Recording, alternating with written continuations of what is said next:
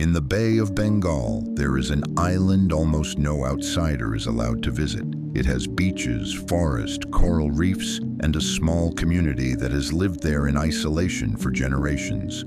But approach too closely, and the island becomes one of the most protected places on Earth. This is North Sentinel Island. And unlike many forbidden places, it is not closed because of ruins, treasure, or a military secret. It is closed because people live there. North Sentinel Island is part of India's Andaman and Nicobar Islands.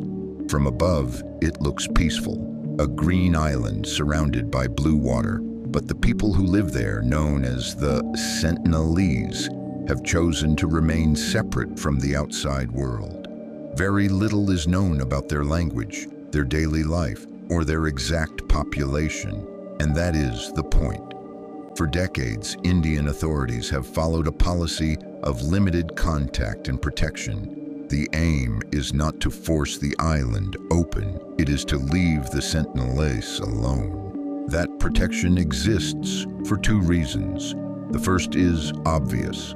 The Sentinelese have repeatedly resisted outsiders approaching their island. Boats have been warned off. Arrows have been fired, and anyone attempting to land risks serious danger. But the second reason is just as important. Contact could also be dangerous for the Sentinelese. Groups that have lived in isolation may have little immunity to common outside diseases.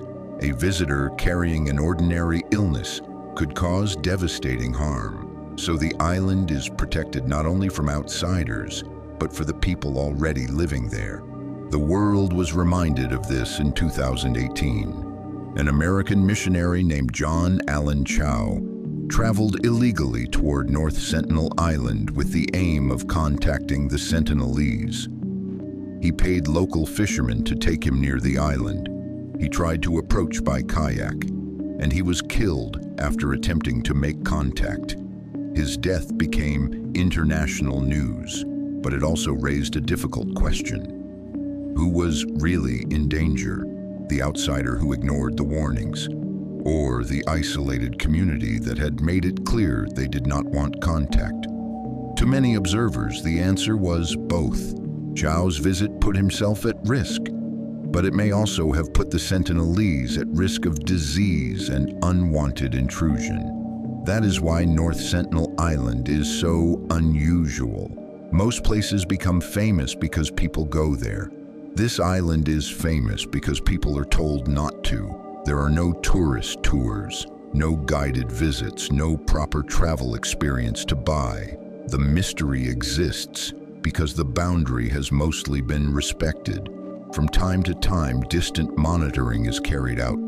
Officials may check from boats or aircraft after major events such as storms or tsunamis. But the basic principle remains the same. Do not land. Do not interfere. Do not force contact. For outsiders, that can be hard to accept. Modern life makes almost every place feel reachable. If there is an island, someone wants to film it. If there is a mystery, someone wants to solve it. If there is a community living differently, someone wants to explain it.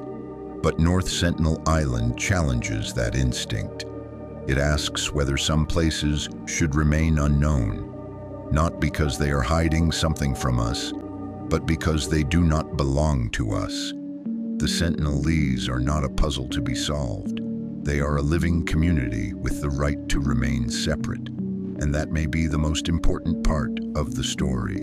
The real mystery of North Sentinel Island is not what is hidden in the forest. It is whether the outside world can resist the urge to look. Because sometimes the most respectful thing we can do with the unknown is leave it alone.